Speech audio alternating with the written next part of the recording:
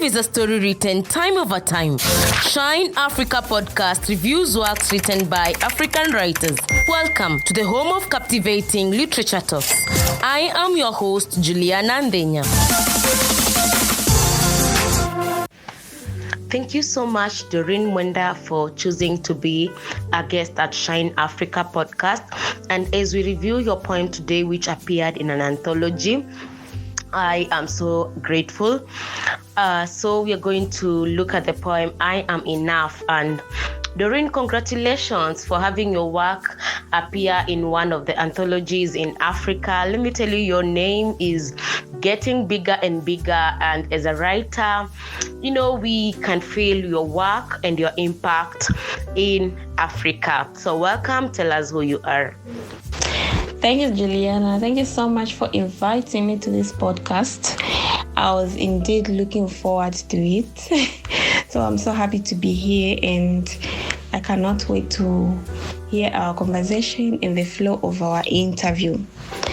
So my name is Doreen Mwenda, and I am from Zambia. I have grown up and I was born in Zambia. I am a teacher librarian by profession.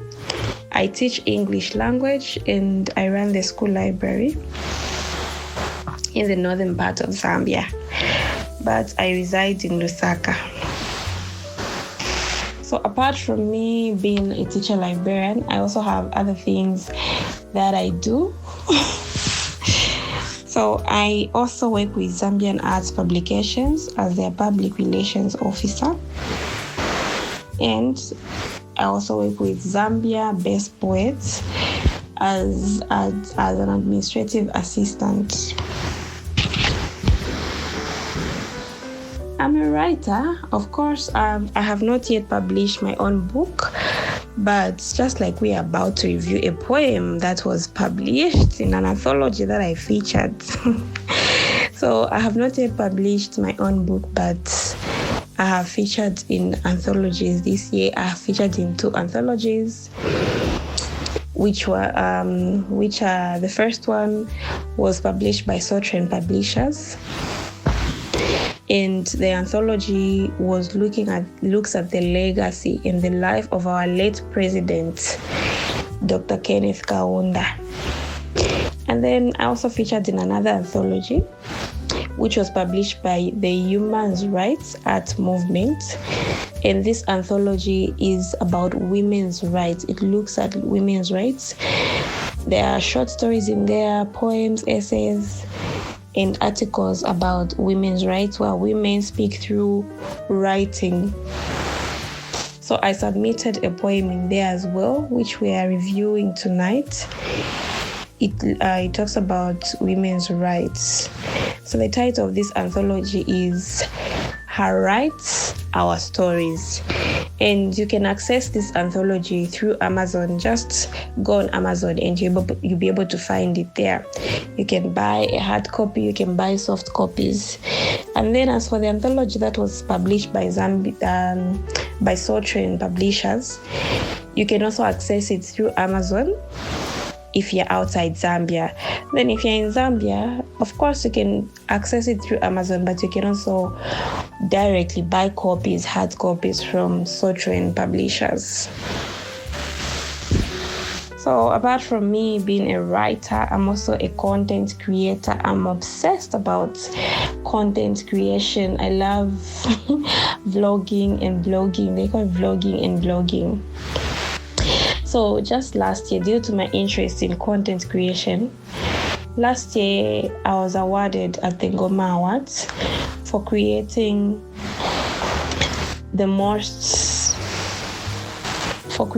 content for the Ngoma Awards. So I was awarded as the most creative content creator who created the most engaging content for the Ngoma Awards. Apart from me being a content creator, I'm passionate about literary activities. I'm a bookworm. I love books. I'm a book lover. I'm a book addict. I have been reading since I was young. This is because my mother started buying me books at a tender age. I remember she would buy me books and she would bring them to me. And at that time, I was the only child. So maybe should I say I was kind of bored. So most of the times I would spend my time reading the books that my mother used to buy me. So I have grown up with that habit of reading. Up until now, I still read. So now, after growing up, what I do is when I'm a book reviewer as well. So what I do is when I read, I love to write reviews about the books that I have written, and then I'll post the reviews on my social media platforms. I realize that by doing this, I'm helping in the campaign of improving the reading culture in Africa as well as worldwide. Because as we are aware, our reading culture in Africa is poor, very poor. So I realize that book reviews are some of the things that can help people to gain interest in reading. Every time I post a review, I notice somebody will ask to say, where can I buy this book? Oh, the insights look interesting. I would love to read it. So I'm like, oh, so it's working. So it's one way of promoting, our reading culture. And lately, I have been reading a lot of Zambian books and promoting Zambian authors, because I want people out there to know that Zambians are also talented. We have talent in Zambia. We have our own authors, our own writers who need our support. So I have been doing a lot of book reviews from Zambian authors so that I can help in promoting their books. Then I'm also part of the Copies Young Women Network. Of course, you and I are sisters in that area. We're together in Copies, Juliana.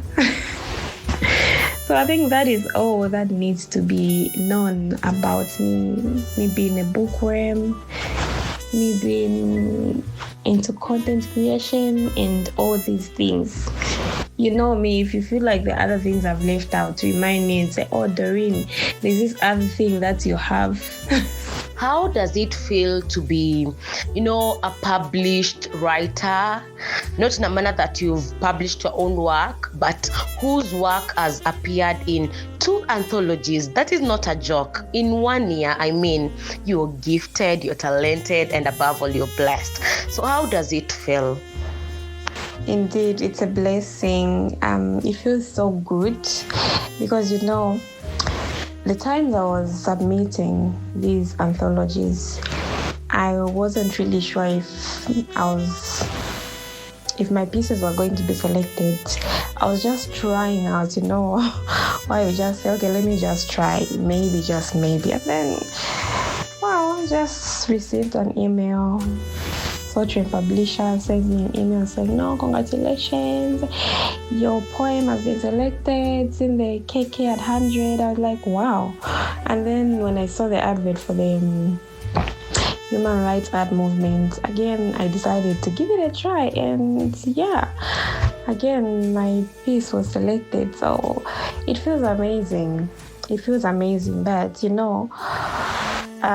it's not all the time that I submit and then my pieces get selected. There are also some pieces that have been left out. There are times I would receive emails saying, unfortunately, we could not go on with your project, but we encourage you to keep trying on. Such is life. So I'm just grateful for the 2 anthologies that I have featured in. Like you've said, 2 anthologies in 1 year. This is amazing. I'm actually proud of myself right now. Oh, thank you. Then, Doreen, why choose poetry?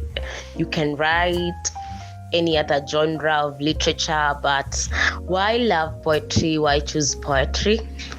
So what happened, Juliana, is that in the human rights art movement, when I saw the advert, the call for submissions rather, they had given us a theme, and the theme, of course, the human rights art movement the name of the organization itself is telling us that their interest is in human rights. But in this particular anthology, they were looking for voices of women. They wanted women to speak in form of writing. So they gave a theme to say they wanted stories, they wanted short stories, articles, essays, and poems about women's rights, to be more particular, like, about women's rights, like advocating for women's rights. So when I saw that advert, and then I realized that way back I had written a poem that was talking about women's rights. So all I did was I just went back to that old piece and then I revised it. I was like, good, this is the same one I'm going to submit. I revised it and then I got some feedback from people, some people around me. I asked them what they think, what they thought about the piece, and then they gave me advice of where I could change. And I did as expected. Then I went ahead. I was like, there's no need for me to start stressing, thinking about stories and how to begin the story when I already have something that's in line. So I just revisited and then I revised it. Then I submitted. But of course, mostly, I think most people know me for poetry. Most people don't know that I also have this interest in short stories and other. But of course, like you've mentioned, most people know me for poetry. They don't know that I can also write these other forms like short stories and the like. So most people know me for poems. So it's okay when you ask me to say why poetry.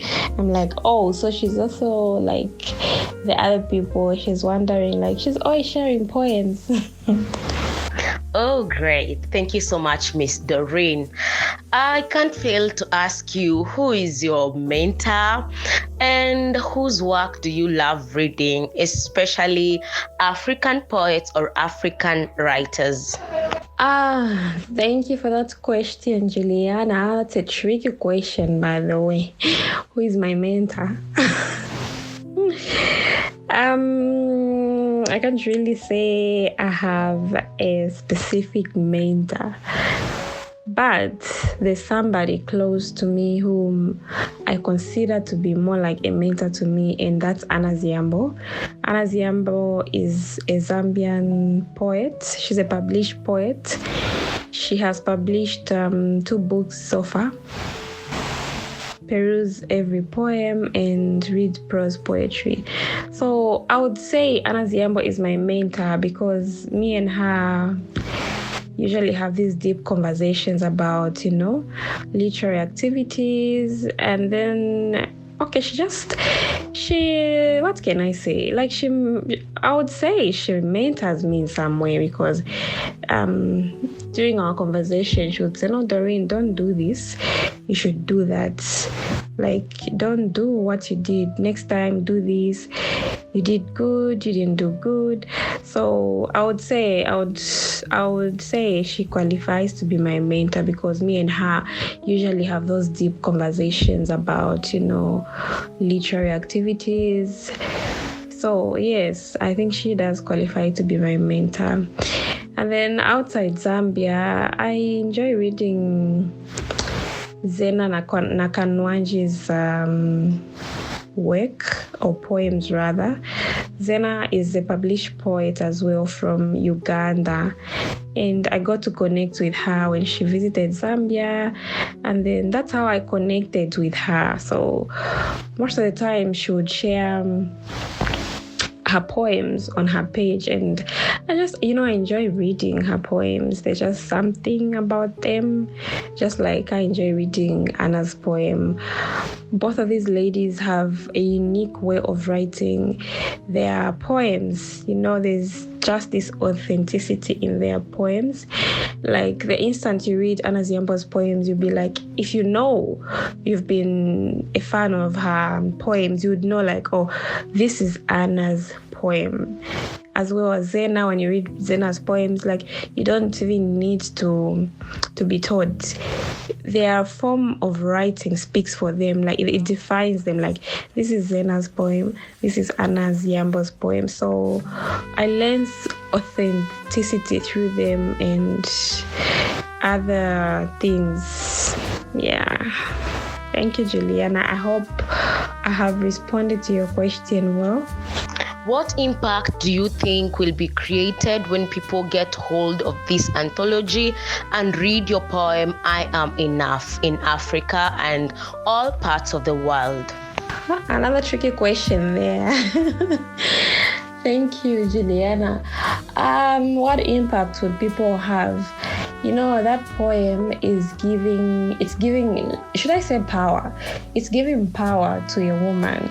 So when every lady reads that poem, they should feel that power in them, that inner strength, the light that we carry as women. If your light is dim, it should be able to light up at that moment, because you must be able to tell yourself to say, I am a woman, but I am enough. And I can do what they think I can't do. And it does not matter whether they don't clap for me. I'm going to keep doing what I do, and I'll clap for myself. If they don't clap, I'll clap for myself until someone else claps for me. So every woman is going to feel this light. It should just light up in them, and they'll feel the power that we women carry. And my prayer is that it should impact them in a way that they should continue doing what they do. They should not give up on what they do, and they should not look around wondering what people are thinking. So what are people saying about me now that I'm doing this? No. When every woman reads this poem, I want them to continue with what they're doing without looking behind or without looking for any validation from anyone. Just do what you love to do. Just do what you have been doing. It doesn't matter if no one is clapping. Just go on. You are enough. Oh, thank you so much, Doreen. I am happy with what you're doing. So at this time, can you kindly read for us your poem out loudly? And after we are done, we can look at the stylistic devices and the subject matter. Of course, my lady. Let's read it together. So you read with me in silence. So the title is I Am Enough. In the depth of the night, right before dawn, when the sun slumbers, while you slumber deep in sleep, turning side by side, while sniffing your beddings with pleasure, I scramble with rage and tears stream down my cheeks like the Victoria Falls. Only my pillows and the walls of my room hear my endless wars.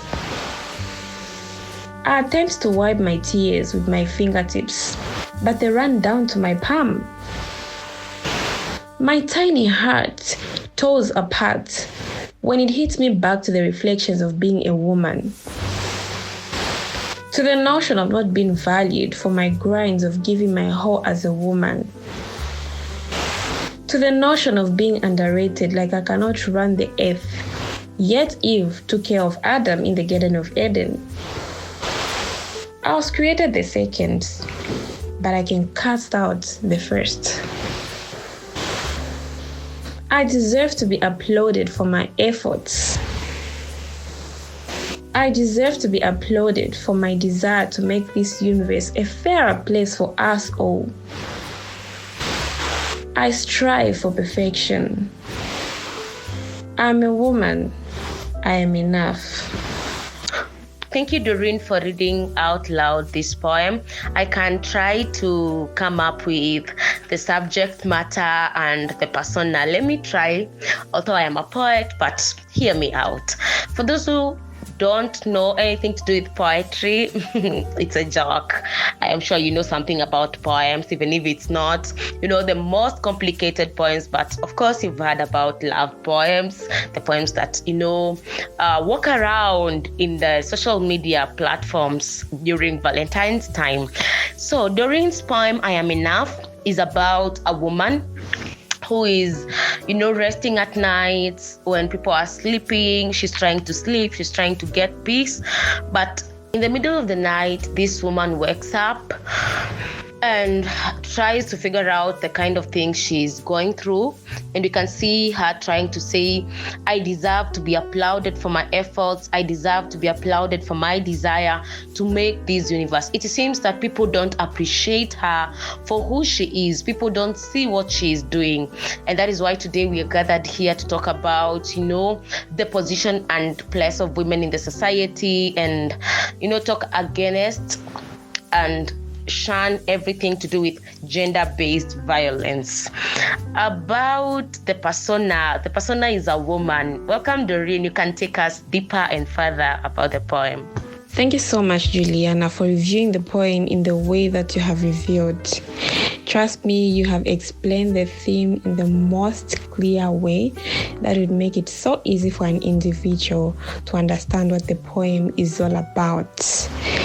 Just to add on, apart from us learning that this poem is talking about a woman who is sitting on her bed in the middle of the night while everybody else is sleeping, and she's struggling with all the pain and all the rage that she's feeling because she's not been appreciated for the efforts that she's been giving to the society, for the efforts that she puts in to make the world a better place for each one of us all.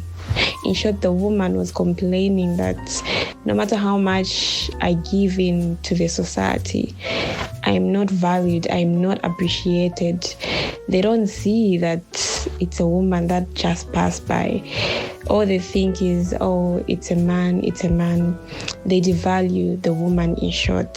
So just to take you step by step, by looking at some of the poetic devices that I used in my poem. So we'll start by looking at the first stanza. In the first stanza, we can see some imagery in it. I'm saying we can see some imagery in it when we read the first line, which says, in the depth of the night, right before dawn. So in this poem, or rather in this line, depth of the night is representing an imagery. It's an imagery because we can picture, it's in the night when we are all sleeping. And then she goes on to say, when the sun slumbers, while you slumber deep in sleep, turning side by side while sniffing your beddings with pleasure. So sniffing is also imagery because we can picture someone sniffing the beddings. So it's an imagery. We get to imagine that somebody's sniffing their beddings. Then she goes on to say, there's another line which is also showing an imagery. While she goes on to say in the second stanza, I scramble with rage and tears stream down my cheeks like the Victoria Falls. So the Victoria Falls is yet another imagery. We are able to picture the Victoria Falls. We know very well that for those of us that are in Zambia, we know that the Victoria Falls is one of the greatest physical features that we have in our country. So the instant someone says the Victoria Falls, we begin to imagine the water is already falling from the top, So we're already imagining, it's already an image. So apart from the imagery, we also have a metaphor in the poem. The same Victoria Falls is also a metaphor because we are comparing the Victoria Falls to the tears. So in this poem, the Victoria Falls isn't just the ordinary Victoria Falls. Of course, it's the Victoria Falls, but in the poem, it's representing the tears of the woman. Remember, she was crying. Wow, you people slumber. She's there crying because of the pain that she feels. She's not being appreciated. Her rights are being violated. So the Victoria Falls is representing her tears, the tears that flow down her cheeks. Aside the metaphor, we also have personification in our poem. In the stanza with the line which reads, my tiny heart toes apart. just right after the second stanza. In the third stanza, it reads, I attempt to wipe my tears with my fingertips, but they ran down to my palm. My tiny heart tore apart when it hits me back to the reflections of being a woman. So my tiny heart tore apart. The tiny heart is a personification. It's giving human-like emotions. It's giving emotions that are human-like qualities. The heart is being diminished, like her tiny heart tore apart. We could have said a bigger heart, but we're saying a tiny heart tore apart. So it's giving human-like emotions to show that this person was really going through some sort of pain. So apart from the personification, while we are comparing the heart to being a woman and it's tearing apart, we also have an allusion in our poem with the line which reads, with the line that talks about Adam and Eve. If I'm not mistaken, this should be our second last stanza, where she says, to the notion of not being valued for my grinds of giving my whole as a woman. To the notion of not being valued for my grinds of giving my whole as a woman. To the notion of being underrated, like I cannot run the earth. Yet Eve took care of Adam in the Garden of Eden. So this line, the line that says, yet Eve took care of Adam in the Garden of Eden, it's an illusion. It's called an illusion in poetry because we are referring the persona to Eve, whom we well know. Eve took care of Adam in the Garden of Eden. So we are comparing the persona to another person that is well known. So in reference to Eve and Adam from the biblical Garden of Eden, it's adding more depth and context to our poetry. So aside the allusion, we also have symbolism in our poem. The night, in the middle of the night. So night is representing the struggles and the darkness that this woman was going through. It's representing her struggles that always hurt her for not being valued as a woman. And then dawn is symbolizing hope and new beginnings. We all know the saying that says, joy comes in the morning. Indeed, joy comes in the morning. So dawn, we all know that dawn is a sign of a brand new day. So dawn is giving her hope.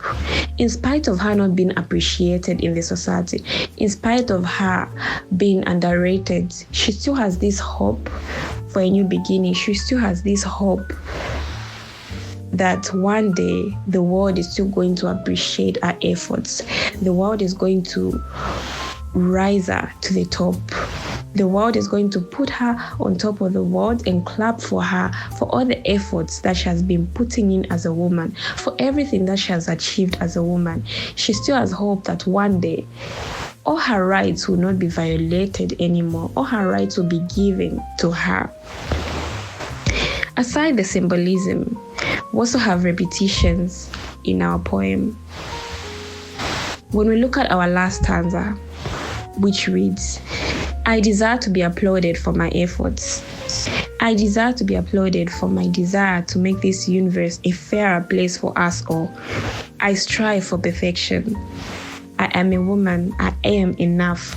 So the repetition is coming into in the first and the second stanza, what she's saying, I deserve.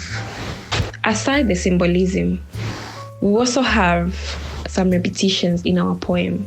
Let's look at our last stanza, which reads, I deserve to be applauded for my efforts. I deserve to be applauded for my desire to make this universe a fairer place for us all. So the first and the second lines in this stanza are showing us some repetitions of the way I was starting the stanza. I deserve to be applauded. Again, the second line is also reading, I deserve to be applauded. So this is repetition.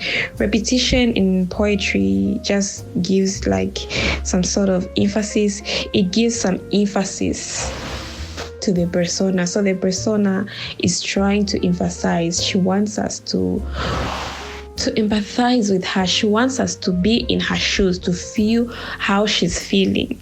She wants us to feel her emotions. Aside the same repetition, the same stanza, when we look at the same stanza, we also have anaphora in this stanza. Now, there's a difference between anaphora and repetition. So anaphora in a poem is when the stanza has a certain pattern of start beginning the lines, like the way I started the first two lines, the repetition. So now when we talk about anaphora, we're talking about the pattern of the way the poem is written in that particular stanza. So we have, I deserve to be applauded for my efforts. I deserve to be applauded for my desire to make this universe a fairer place for us all.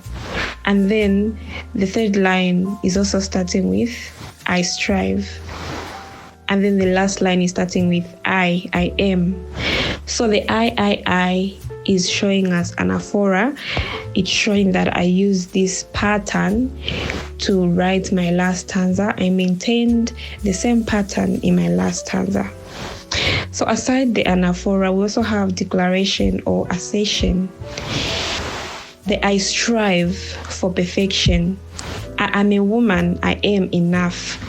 It's a declaration, or rather an assertion to show empowerment.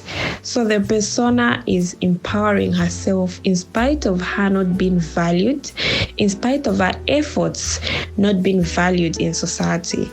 She is still empowering herself. She is doing some self-empowerment, like they tell us, some sort of self-motivation.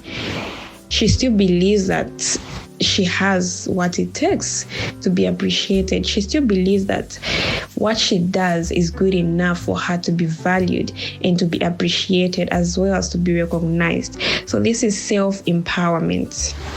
Then lastly, we have a hyperbole in the poem. In the second, should be our second stanza, which is saying, where's our stanza? The one that says, it's our fourth stanza. The one that says, to the notion of being valued for my grinds of giving my whole as a woman. So in this stanza, for my grinds of giving my whole as a woman is a hyperbole because it's exaggerating. It's an exaggerated line.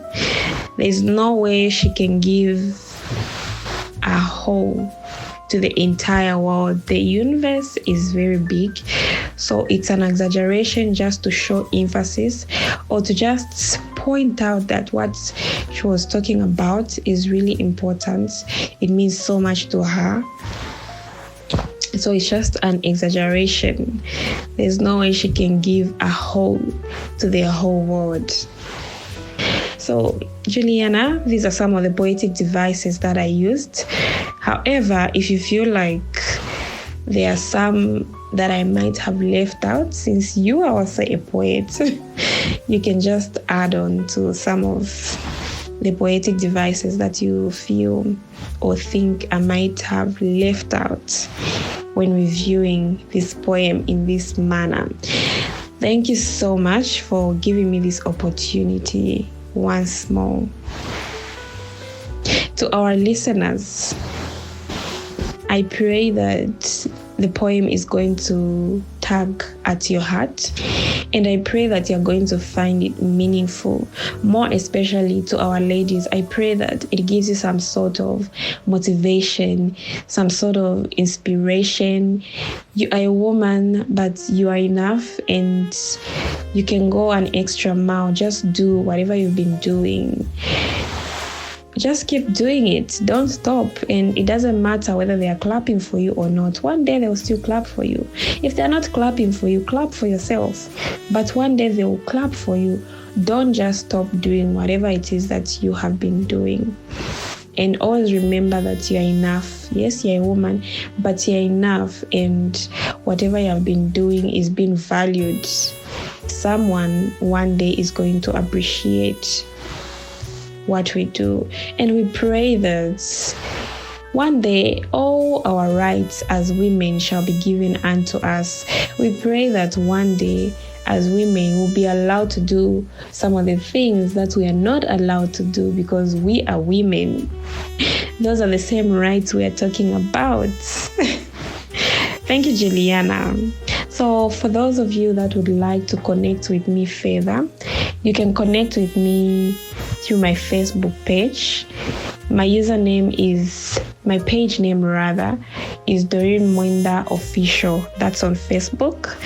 You can also catch me on Instagram, Doreen Mwenda Miss D.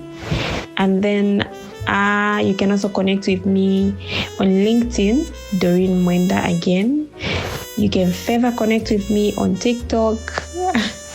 Again, Doreen Mwenda Miss D. Thank you, Juliana. Over to you. Oh, Doreen, we can't end this conversation without you telling us your view on gender-based violence and, everything to do with women who are getting mistreated in Africa and beyond. What do you think about it, and which word do you have for them? Thank you so much, Juliana. Talking about gender-based violence, we are living in a society where this issue is worse than in the years back. Every now and then we'd hear a woman has been beaten to death. A husband beat her, her boyfriend, her friends. We hear all sorts of stories about women being abused in all sorts of ways. It could be emotional, physical abuse, sexual abuse, all these kind of abuses. It's quite common nowadays, and it breaks my heart every time I hear about it. That is why in my first ladies talk show, I picked the topic that was talking about, abuse. The title of our first topic was abuse, navigating abuse in relationships. And these are some of the things that we looked at. And, from the people that had attended the webinar, ladies were sharing their experiences, and it was just heartbreaking. We smile, but we carry so much. We've been through so much. This face that we wear is just a plastic. Once we drop that plastic, it's removed out of our faces. What we see underneath is heartbreaking. People are broken. People have been broken. They have been abused. They have been through all sorts of heartbreaking things that you wouldn't even want to hear. So my view is, I'm looking forward to a generation where women are going to stand up on their own and fight this gender-based violence thing, because sometimes some women let's say a woman is going through an abusive relationship. Some women hold on until it gets worse. And by getting worse, sometimes it's even too late, because some women get killed, like I mentioned. So that is way too late. Your life has been lost.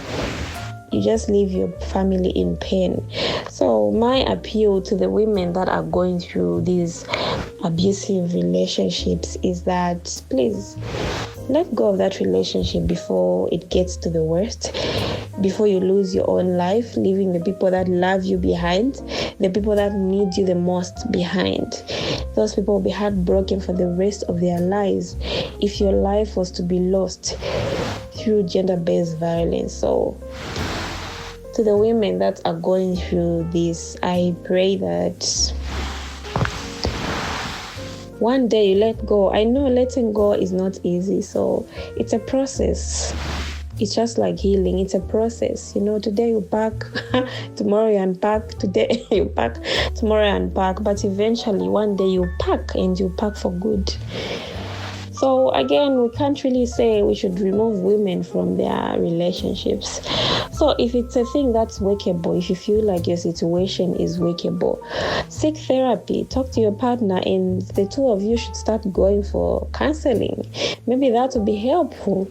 But if your relationship is beyond therapy, it's beyond counseling, then why are you holding on? Because one day you lose your life, and a life that's lost is never restored. God only gave us one life. Once it's gone, it's gone. So that's my appeal, Juliana, to the women that are going through gender-based violence. And I would like them to know that they are not the only ones. Like I've mentioned, we just wear plastics. We wear masks on our faces. Once those masks fall off, what we would see could be heartbreaking for everyone. So you're not alone. There's also another woman who is going through what you're going through. And she's also failing to let go, just like you are failing to let go. So you're not alone, but you can do it. And to the woman that is going through, some emotional damage that was caused due to gender-based violence, I pray that you heal. You are enough, okay? So I pray that you heal. I pray that one day you get healed. Healing is a process as well. You can't heal in one day, but I only pray that you heal soon. One day you heal.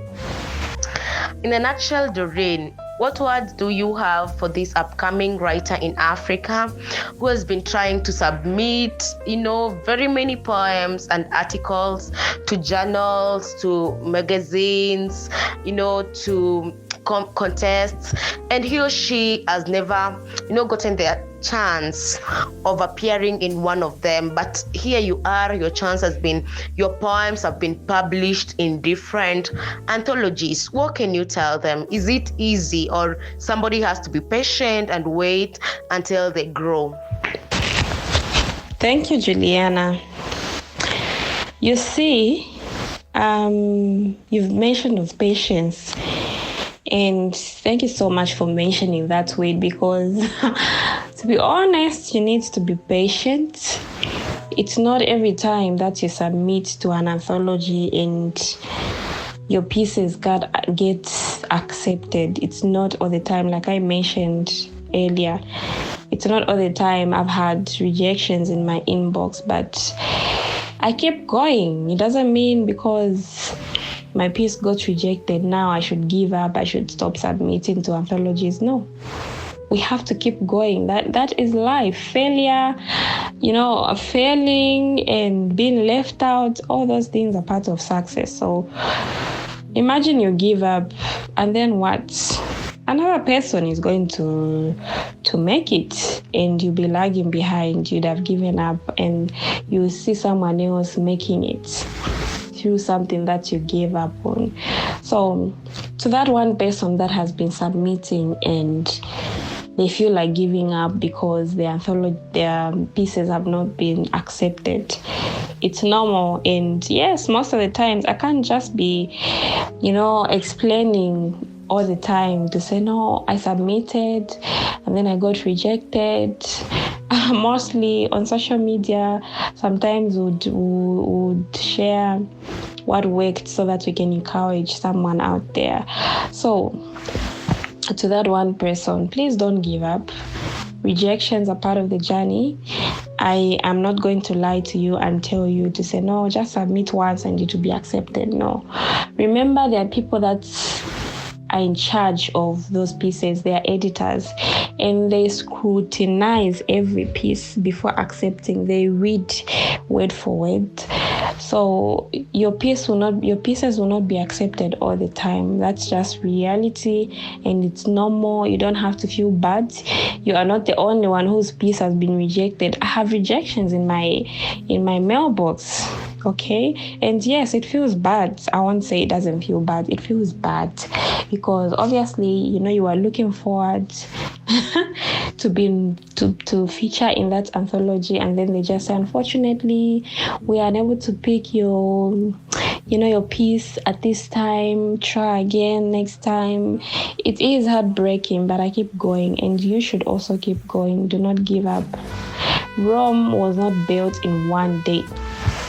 So why should you and I give up? The road is not easy, but you just have to keep trying until one day you receive a congratulations, your piece has been selected, and you'll be featuring in our anthology, you'll be published, and one day you remember my words. If you're never going to give up, when that day comes, you're going to remember my words to say, oh, Doreen said one day they will accept, and that is life. We keep going. We don't have to give up. No matter what obstacles we face, we must still keep going, because at the end of it all, we have a goal. There's something we want to achieve. What you want to achieve is to feature in an anthology, right? So then why give up? Continue chasing that goal that you have until you achieve it. So that is the only thing that I can tell to this one person who has been submitting and they have been rejected. And then, by the way, before we move to the next question, Juliana.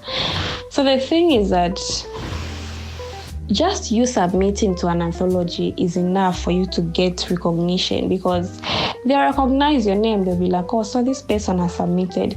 The next time you submit again, they might reject you, but they'll remember your name again. Oh, she has submitted again. Until the other time, well, they'll just be forced. They might be forced to just, okay, this person has been consistent. Let's see what we can do with her piece. We just put it in line. We put it in order just for her to be accepted. So when you submit, it's also recognition, because they have your name on their mind, like, oh, there's Doreen. I'm not speaking from without, I'm speaking from experience, because this happened when I attended a Q&A session with Uwali. We had a Q&A session with Uwali after the May issue, because I had submitted for the May issue in Uwali, but of course my piece was not selected. But we had a Q&A session with them. So now they were telling us to say, do not auto-reject. Don't look at your piece and say, it's not good enough, they can't pick it. No. Let the editors themselves decide whether your piece is good enough or not.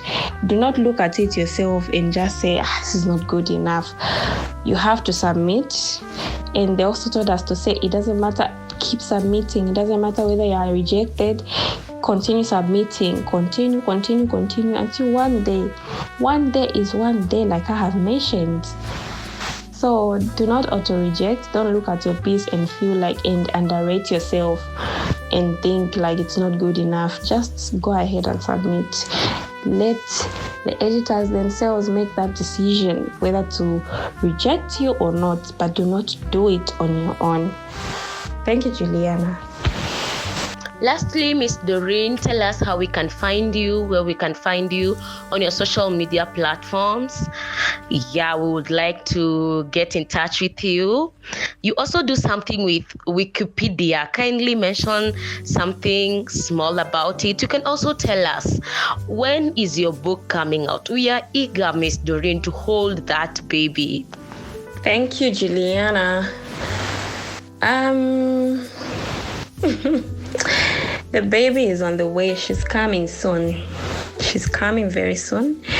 There's a time I had a conversation with Anna Ziambo, and we're talking about my project. So there's just something she told me. She said, Doreen, if you're not yet ready and there are some things that you feel you need to add on, there's no need for you to rush. Take your time, and when you're ready, when you're done with everything, then you can go ahead and publish. She said there's no need to rush. What's important is publishing quality work that people are going to appreciate. So the rush is not necessary. But of course, I'm not saying the baby is too far. She's on her way. She's coming very soon. There's just a few things she's putting in place. And you, Miss Juliana, you have to sell some copies for me in Kenya there. half of Kenya. I need to buy that baby that's coming on the way. All right. Talking about Wikidata, it's actually Wikidata. So Wikidata is just an online course that was funded by the Wikimedia Foundation. The Wikimedia Foundation funded the African Library and Information Associations and institutions to train librarians, information managers, records managers, registrars, anybody that has to do with information management, or even including researchers as well. Anything to do with information management. So their main interest is to train librarians and the people that deal with information management. So I was one of the lucky people that was offered the scholarship in Zambia. It was just me and another lady by the name of Mercy. So we were trained in this course, and this course is all about creating wiki entries, Wikidata entries. So now the way the wiki entries look like is, it's more like a bio about someone, but there's a certain pattern that we use to write that bio. It won't be written the way we write our bios in paragraph form, It's written in a certain pattern. We have a pattern that we use. Everything is there. You just press where the age of somebody needs to be. You put it there. Their nationality, their level of education, what they do and what not. So it's more like a bio about someone. And I have created a number of wiki entries, which may include people like, I have created a profile, or rather a wiki entry of Anna Ziambo, Chelsea Msenge, as well as who else? Mwansa Agnes Chungu. I also did some editings on Mizenga Melu's wiki entry, because sometimes, like we that were trained, we have access to edit other people's entries. That is how Wikidata is. So I got to edit some of Mizinga Melu's entries because I noticed that her book was not included. So I just had to include and update that she now works for ABSA, because it was showing that she still works for the other bank that she used to work for before ABSA. So I just made a few changes. So this is what I do. This is the other thing that I do. I create wiki entries. So it was discovered that the reason why Wikimedia funded AFLIA was because it was discovered that, there are very few Africans on Wikidata as compared to the Europeans. So this is why they have been training African librarians and information managers, so that together we can continue creating wiki entries, and at least Africa can also be there. We can have a number of people from Africa with wiki entries. So this is it's an every year thing. Like this year, there's another group that will be trained. So it's just about applying, and then they pick you. Sometimes they leave you out, just like that. So this is all briefly about Wikidata. So now, talking about how you can access me or connect with me. You can connect with me through Facebook. On my Facebook page, my page name is Doreen Mwenda. You can connect with me through Facebook. My Facebook page name is Doreen Mwenda Official. That's on Facebook. And then on Instagram,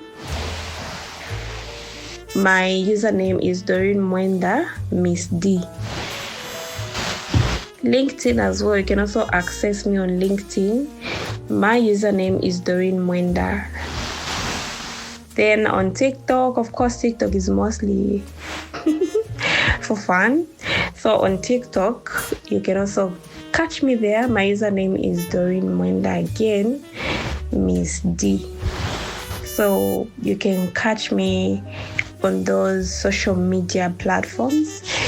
And then perhaps you would want to send me an email. My email address is kutembamwenda@gmail.com. kutembamwenda@gmail.com. You can also catch me on WhatsApp. Now, when it comes to WhatsApp, if you want to connect with me, you just tell Juliana. She'll be able to connect you to me through WhatsApp. Thank you. And one more thing before we close the session. So I have been hosting a ladies talk show after every other month. Like, you remember I mentioned that I had a first ladies talk while we looked at a topic entitled Navigating Abuse in Relationships. So my second ladies talk show is next month on the 30th November. And we're looking at a very interesting topic entitled How to Become the Best Version of Yourself. And I am inviting 2 guest speakers who we are going to discuss with. So I'm encouraging the ladies to kindly follow me on social media or reach out to me so that you can be part of this talk show. Trust me, the previous one, the first one was very impactful. I also learned things. I learned a lot from the experiences of the ladies and the questions that they were asking the speakers.